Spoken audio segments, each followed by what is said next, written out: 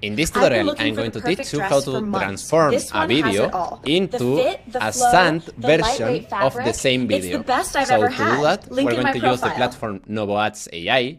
The link is going to be in the comment section. And once you arrive here, you need to create an account. Actually, this is a platform where you can create AI videos and try the platform for just $1. So well, once you have created the account, you will arrive here, and here we need to go to the video section. Now we have to go to settings, and here in model, be sure that you are using the OmniFlash model.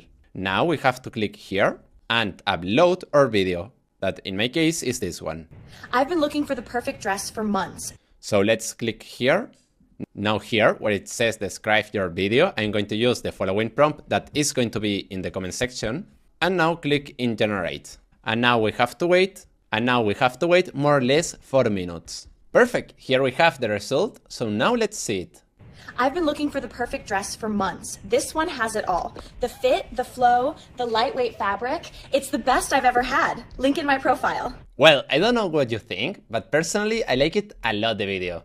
The quality is really good, and even when it's a fantasy video, it looks really realistic. So if you want to do a video like this one, remember that you can try this platform for just $1. So I recommend you to try the platform and see you in the next video.